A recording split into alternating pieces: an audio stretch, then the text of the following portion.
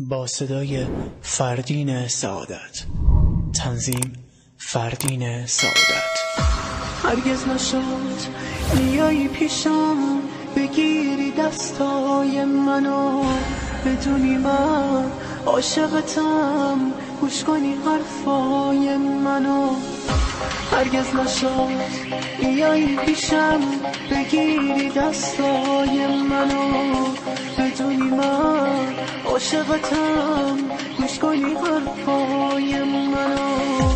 تو بی وفا بودی ولی اون که برات میمرد منم، تو زنده هم دوست دارم، اینه کلامم.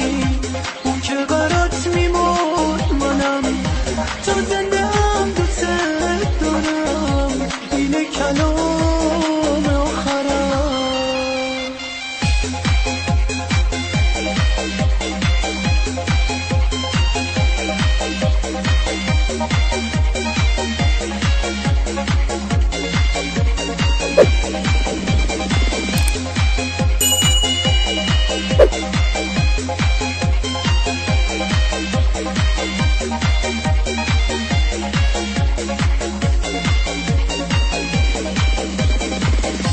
من که نتونستم تو رو یه لحظه تنها بذارم، تو سردی خاطره ها بگم که دوست ندارم. دلم میخواد همین یه بار عشقامو پنهون نکنم، باور کنید تو رو میخوام اما تو زندونی کنم. بیام به شهر خاطرات بشم توی نگات، دیوونه وار فدات بشم، بمیرم من واسه چشات. اما هنوز فاصلمون دیگه با دست من جداست، ترانه سکوت من تو بغض آخرم رهاست.